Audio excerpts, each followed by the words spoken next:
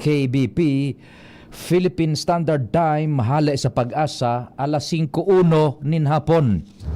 Alas 5 ng hapon, oras na para aramon ang mga maiinit na bareta kanal daw na maruluan sa agas sa mga periodiko, radyo asin telebisyon. Erot na madadangog ngunyan sa DZGB Bareta alas 5. Mga bareta ngunyan para sa aga. Erot na tinipon sa DZGB Newsbase. DZGB Bareta alas 5. Kaiba ang field reports kan Mega Force Patrol. Hali sa iba-ibang parte kanalbay asin Kabikolan.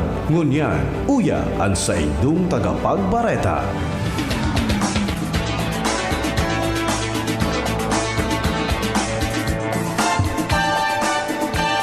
Diyos marhay na hapon sa pangarang kan News Base asin kan Mega Force Patrol. Ako po ang sa indong magiging tagapaghatod bareta si Pio Fernandez.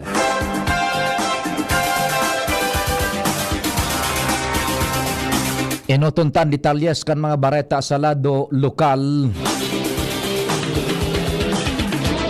Nasa linya si Chief Jimmy Nasalita. Chief Jim, marhay na hapon, please go ahead. Inaksyon na kan DPWH 3rd District ang nagrasay na slow protection sa Barangay Marigondon, Piodoran, tinampo konektado sa Pantaw Road kung saan tampi ini kan dagat ngunyan durante kan bagyong enteng nagtupagan gilid kan tinampo. Delikadong maray dahilan sa dainin na mga warning device kunigwa nin bihikulong makagilid posibleng mahungkang sa dagat kung sa ini pinaabot kan DCGB News ang bagay nini sa DPWH matapos bisitahon ninda Mayor Nando Gonzales Kagawad Ted Residilia kung sa inagihan ini kung pasiring sa West Coast na sakop kan syudad kan Ligao. Actualmente na i-post ini kan grupo nara Kagawad Ted Residilia kan syudad kan Ligao para mapukawan ang DPWH asin magserbing abiso. Sagod na ipinag-coordinar man ini kan DCGB News kay Ma'am Julie Anyonibo tagapagtaram kan DPWH 3rd District kung sa automatic nagpadaraman ini nin mga tawan asin linataga na nin mga warning signs sa delikadong lugar para magserbing abiso sa publiko habang naghahalat nin pondo para maipairahay ang tuminupag na tampi nin tinampo sa Marigondon, Piodoran, Albay. Mga dagdag na barita, Jimmy Nasalita, DCGB News. Thank you so much, Chief Jimmy.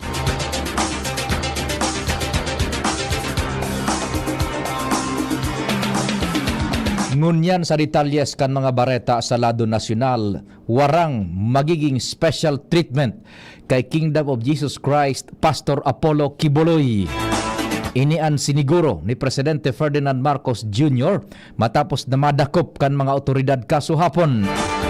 Sa ambos interview kay Presidente Marcos, sinabi kaining itatrato siya nakapareho sa ordinaryong nakukulong ang puganteng religious leader. Kasunod kaini siniguro kang presidente na maging transparent ang gobyerno sa mga proseso mantang nagpatanid naman ini sa mga nagtabang kay Kibuloy na posible man sindang manimbag sa ley. Tinaawan doon man ni Presidente Marcos Jr. na dai nagsuko si Kibuloy kontra ini sa pigasabikan sa iyang kampo. Sigun kay PBBM, napirita na magluwas si Kibuloy dahil madali nang makuha kan mga pulis. Nagdurar ning 16 dias ang paghahanap kan mga tauhan kan PNP kay Kibuloy sa laog kang Kingdom of Jesus Christ compound bago ini madakop.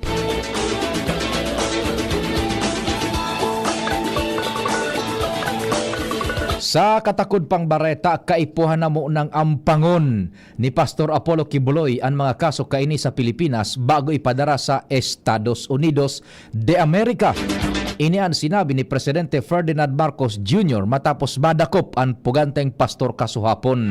Sa ambos interview kay Presidente, sinabi kaining wala pang extradition request hali sa Amerika para kay sa kustudiya ni Kibuloy. Presente man ining may pigaatubang na kaso sa Amerika ang Kingdom of Jesus Christ founder leader dahil sa kasong human trafficking as in child abuse. Dahil digdi nakabugtak man si Kibuloy sa wanted list kan FBI o Federal Bureau of Investigation. Alagad sigun kay Presidente Marcos Jr., papahampangon mo na si Kibuloy sa mga reklamong nakasangat kontra sa iya sa mga korte kan Pilipinas.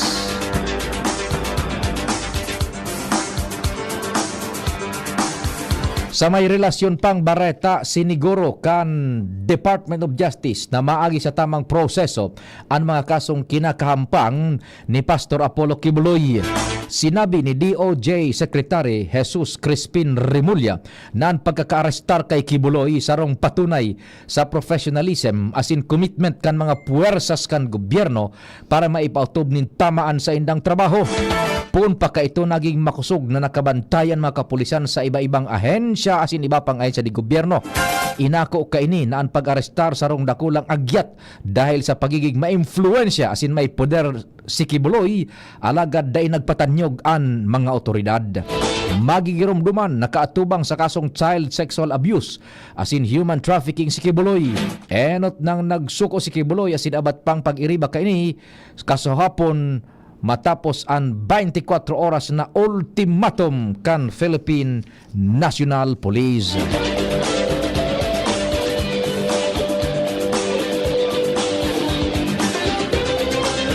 Sa may relasyon pang bareta, handang simbagon ni Police Regional Office Davao Director Brigadier General Nicolas Torre III ang anuman na kasong isasangat laban sa sainda dahil sa ginibon nindang paghanap kay Pastor Apollo Kibuloy.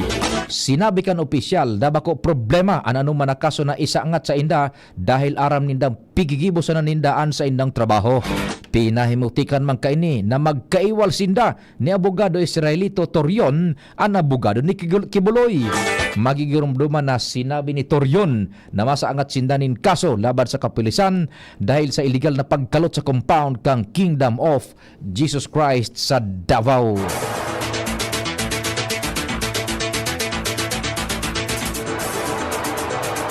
Sa katakod pang bareta, inumaw ni House Appropriations Committee Chairman asin ako Bicol Party List Representative Elizalde Co ang pagkaarestar kay Philippine National Police kay Pastor Apollo Kibuloy.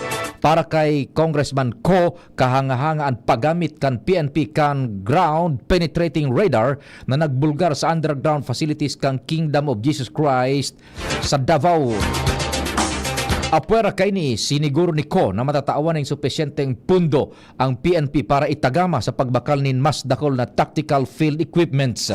Para kay Ko, kay puadman kan PNP nin mas dakol na air assets, kay iba na unmanned drones na may darang ground penetrating radar as in infrared night vision. Sigun kay Ko ang matinding problema nahatod kang KOJC asin Philippine Offshore Gaming Operators o POGO patunay kang grabing pangangaipo na pakusugon ang modernong teknolohiya sa paglaban sa krimen.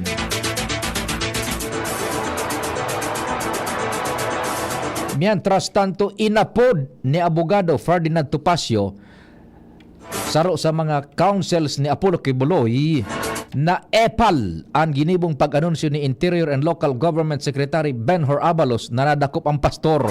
Ini matapos na i-anunsyar ni Abalos sa sarong Facebook post kasuhapon na nadakop si Kibuloy. Sigun kay Topacio, voluntaryong nagsuko ang sa iyang kliyente sa Intelligence Service of the Armed Forces of the Philippines o ISAF asin daay na arestar. Sinabi pa niyang padagos nindang protehiran ang diretsos kan sa indang kliyente sa irarom kan mga eksistidong leyes asin konstitusyon kan Pilipinas.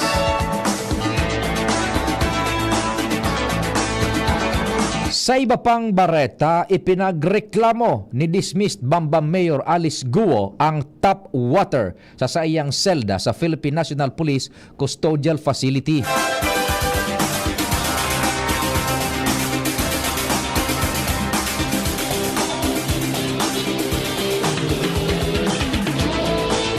Sigun kay PNP Public Information Office Chief Police Colonel Jean Fajardo, tap water o tubig sa gripo ang ininom sa kulungan ni Guo kaya nagkulog ang tulak kaini.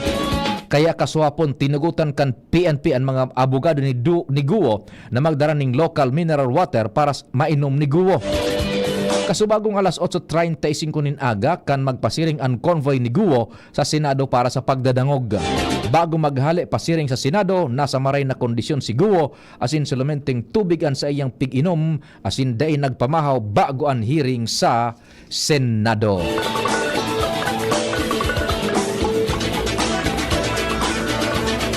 Sa katakod man na bareta sa giraray na nanindugan ang Bureau of Immigration na dai nag-agi sa proseso o wara nin Philippine Immigration Stamp ang pasaporte ni dismissed Bambang Tarlac Mayor Alice Guo. Ini ang resulta kan pag-adal kan Bureau of Immigration matapos mapabalik sa nasyon ang dating alkalde. Sigun kay BI Commissioner Norman Tansinco, ang pasaporte ni Guo ang naitao sa iya kan September 4, 2020 sa Angeles, Pampanga asin sagkod sa 2030 pa ang validation kaini.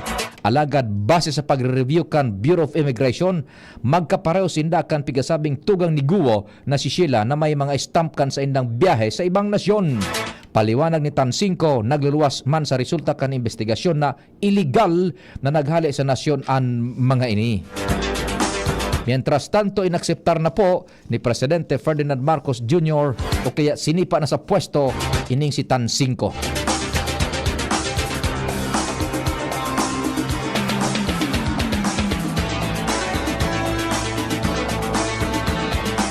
Mientras tanto, inagyat ni Cagayan de Oro Representative Rufus Rodriguez si Interior and Local Government Secretary Abogado Benhur Abalos Jr. na ipasarado ang natatadang Philippine Offshore Gaming Operations o POGO sa nasyon arog kan direktiba ni Presidente Ferdinand Marcos Jr. Ginibo ni Rodriguez ang pahayag matapos sabihon ni Presidential Anti-Organized Crime Commission o PAOC Chief Executive Director Gilbert Cruz kan Biyernes na maabot pa sa 200 ang illegal na pogo na nag-ooperate sa nasyon. Sinabi ni Rodriguez na dapat sugo ni Secretary Abalos ang Philippine National Police tanganing ipautob ang direktiba kan presidente na ipakandado ang mga pogos.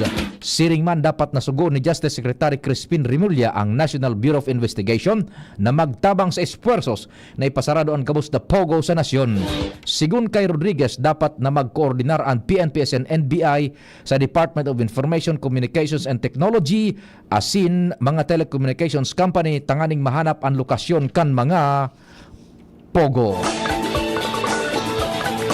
Mabueltan detalyas kan mga bareta pakalis kan nagkapirang pagirumdum. Baguhan ka bang magulang? Single parent? O magulang na nahihirapan sa mga pagbabagong nangyayari sa inyong mga anak? Ano man ang inyong pinagdadaanan bilang magulang, tara at pag-usapan natin. Ranga Psychosocial Services and Nurturing Connections, in partnership with Mayor Carmen Geraldine Rosal and the City Government of Legazpi and the Bicol Regional Chapter of the Psychological Association of the Philippines, present to you Parental Guidance, a one-day parenting workshop, September 14, 2024, Saturday, 8 a.m. to 5 p.m. at the Legazpi City Convention Center. Learn from developmental and registered clinical psychologists on topics such as intergenerational differences in parenting, parenting across different stages of development, positive discipline and best practices, establishing healthy communication, parent self-care, and many more tools you can use to become even better experts with your children. Register now through the Facebook page of Ranga Psychosocial Services and enjoy discounts for both parents and perks from our partners. This rare event is also brought to you by DCGBAM and 97.1 OKFM. Thank you kong Joey Salceda. Habang sa agrikultura, turismo, infrastruktura, financial tabang medical. Thank you kong Joey Salceda. Buhay natin mas sumasaya pag si Joey ang kaiba. Daig natin ang pangangamba kong Joey Salceda. Highest rating na proven ang sa tuyang congressman. Albayahit ang atang lahat kong Joey Salceda.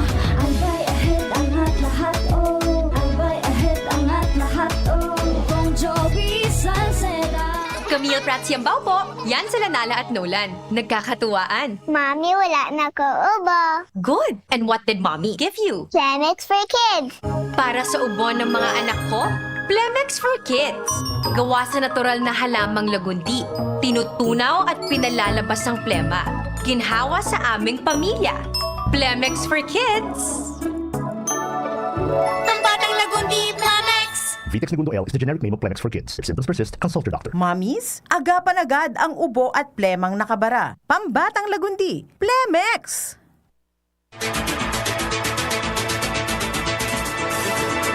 Diretso kan detalyes kan bareta sa lado nasyonal, piglinaw ni Presidential Anti-Organized Crime Commission o PAOK na wara nin anuman na kasong kriminal na naisaangat kontra kay Wesley Guo. Tugang ni dating Bamban Tarlac Mayor Alice Guo. Sinabi ni PAOK spokesperson Winston Casio na solamenteng ang napatalsik na alkalde asin si Sheila Guo ang nahahampang sa man iba-ibang kaso. An may naisaangat pa sa ng kaso iyo si Sheila alis asin sa indang supposed na magurang asin ang tiyao ni Sheila sigun pa kay Casio sa sarong press conference. Kan September 5, sinabi ni abogado Stephen David, abogado kan mga Guo na gusto ni Wesley na mag-surrender. Ikinaugma ni Albay 2nd District Representative Joey Salceda ang pagbaba kan inflation rate sa 3.3% kan bulan ni Agosto kung saan maski paano makakahangos ang gabos lalo na ang mga konsumidores. Asin maski nagkalbaan inflation rate o hiro kan pag-itaas kan mga barakalon, pigrekomendar pa man giraray ni Salceda ang mas napagtutok sa presyo nin mais. Sigun kay Salceda, kung gusto tang mapugulan ang pagrangkaw kan presyo kan mga pagkaon, kaipuhan natutukan ang presyo kan mais na nakaka-afektar man sa presyo kan mga poultry products arog kan manok. Dahilan kaini naglalaom si Salceda na lalong gigibuhon ni Presidente Ferdinand Bongbong Marcos Jr. ang espuersos asin kan sa iyang Agriculture and Food Security Team na mapababa ang presyo kan mais siring man kan bagas sa mga masunod na bulan lalo na parani na ang panahon kan anihan. Mientras tanto, sinuportaran ni Navota City Representative Toby Tiangco ang pagkrear nin sarong komprehensibong plano tanganing malikayan ang pagbaha sa bilog na Pilipinas. Sinabi niyang ang nangyaring pagbaha sa kaiwasan kan Metro Manila nagpapahiling na may pangaipon na magpreparar asin mas proactive sa mga flood programs. Sinabi ni Tiangco na ang pagsimbag sa pagbabago nin panahon dapat maging prioridad kan gobyerno. Sigun sa iya, bako simple ang pag-aksyon sa pagbaha asin dakol na dapat isaalang-alang affair sa climate change arog kan urbanisasyon, kawaran o kakulangan ng infrastruktura asin maging ang ugali kan tawo.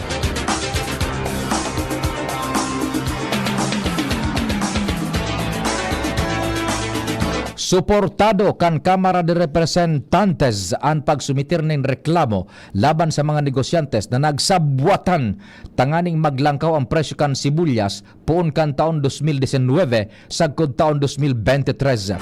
Sigun kay House Committee on Agriculture and Food Chairperson as in Quezon City, Representative Mark Inverga, ang pagsaangat nin reklamo o sin rekomendasyon na patawan nin 2.42 bilyones pesos na multa ang 12 na negosyante nin sibuyas, iyon sarong dakulang lakdang para maprotehiran ang mga konsumidores. Apera sa multa, sinabi ni Enverga na dapat sangatan ng kasong kriminal kan Department of Justice o DOJ as in Department of Agriculture ang mga invuelto. Ang rekomendasyon kan PCC nagpuon sa ginibong investigasyon kan House Committee on Agriculture and Food matapos na dakulaon ang pag-itaas kan presyo nin sibuyas. Nagpasalamat man si Enverga kay Marikina City Representative Stella Kimbo na nakahanap ning koneksyon kan man iba-ibang negosyo sa kada saro para mapatunayan na igwang sabwatan ang nangyari. Pinasalamatan man ni Enverga si House Speaker Ferdinand Martin Romualdez sa pagsuporta kay ni sa investigasyon. Nagpasalamat man si Enverga kay magigirumduman na kan taon 2022 uminabot sa 700 ang kada kilo nin sibuyas.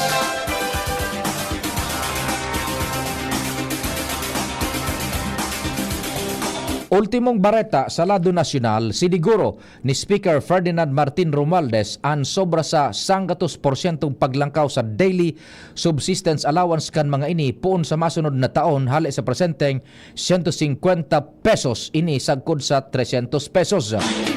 Pahayag ni Romualdez sa ginibong House of Representatives, Armed Forces of the Philippines Southern Luzon Command Fellowship sa Camp Nakar sa Lucena City na inatindiran kan mga lideres kan Kongreso, mga lokal na opisyal asin mga opisyal kan militar sa pangenot ni Solcom Chief Teniente General Facundo Palafox IV. Sigun kay Speaker Romualdez, 15 bilyones pesos ang fundo ang kaipuhan para mapaglangkaw kan subsistence allowance na isasabay sa propestong 2025 national budget. Bareta sa ibang nasyon, namundo ang White House dahil sa dai paghiro o kaya dai daghiro ang ipigbubusol nindang ceasefire deal. Sigun sa White House na padagosan sa indang pag-inganyar sa lado kan Israel asin Hamas, tanganing magsimbag sina sa nasabing ceasefire deal. Aminado sinda na sagkod ngunyan wara pa ning kasiguruhan na marirealisar ang nasabing ceasefire. Saro sa mga ehemplo kaini ang pagkakadiskubre sa bangkay nin anom na bihag kan Hamas. Pig siguro naman kan White House na daisin na mapundo kaibanan ang mediator sa Qatar asin Egypt tanganing ibusol ang nasabing ceasefire deal. Ultimong bareta sa lado kan sports, nagkampiyon si world number 1 tennis player Jannik Sinner sa US Open. Dinaog kan Italian tennis star si American tennis player Taylor Fritz sa score na 6-3, 6-4, 7-5 sa kawat na ginibo sa Arthur Ashe Stadium. Ang world number 12 na si Fritz ang target na maging primerong Amerika na makakuha nin Grand Singles title sa laog ning 21 taon. Siya ang primerong Amerika na nakaabot nin Grand Slam Singles Finals poon kay Roddick na nagpalyar kay Roger Federer sa Wimbledon 2009. Yan po ang detalyes kan mga bareta sa pangaran po ni News Director Mark Dila, Angel Mustaza, Mega Force Patrol, Tata Nems Flora sa Control Technical, sa IT si Jerome Nico Martinez. Ako po si Pio Fernandez.